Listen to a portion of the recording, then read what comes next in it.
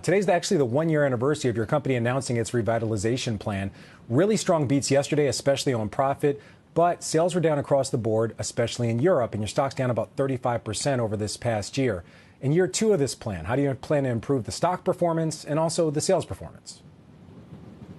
Well, thanks, Frank. Look, I mean, that's exactly why we launched the revitalization plan a year ago, tomorrow, actually. And we've had two very good quarters of beating top line and bottom line. And if you look at the performance that we've delivered against our revitalization plan, which we took the market through yesterday, the progress that we've made, despite everything that's been thrown at us this year, I'm extremely proud of it. Seltzers is a big part of that strategy, and I'm really pleased with where we are from a seltzer point of view. You're Gavin, speaking of where you are, today we're actually talking to you from one of the sites where you plan to boost your seltzer capacity 400% over the next year or so, and also hopefully you're hoping to gain about 10% of the U.S. seltzer market.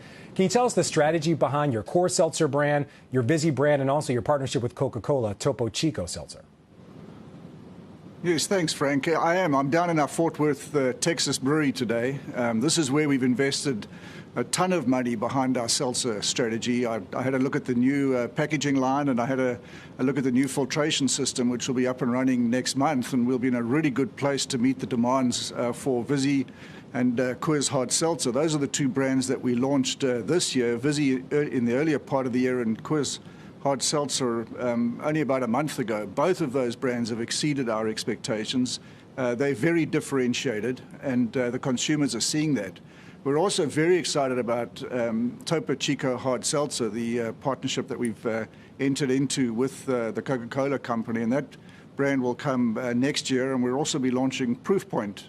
We think that those four hard seltzers are going to be the most powerful combination of differentiated hard seltzers in the market, and those are the four brands that are going to take us to double-digit share of the seltzer market.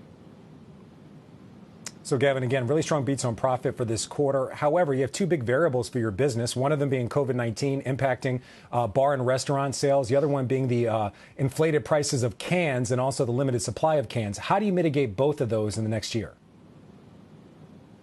Well, from a price of cans point of view, given that the aluminum price has been down, we haven't seen a material increase in cans. But we have obviously seen, just like anybody else who's putting anything into a 12-ounce can in the United States, is a shortage of cans. And, you know, we've scoured the world and we've got cans coming from all over the world. First lot should arrive at the end of December. And as you said in the lead-in, we've sold 300 million more cans this year than we did last year.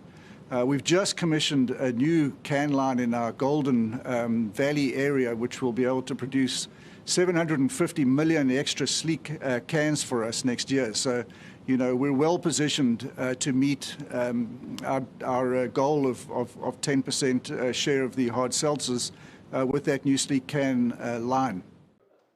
Shepard Smith here. Thanks for watching CNBC on YouTube.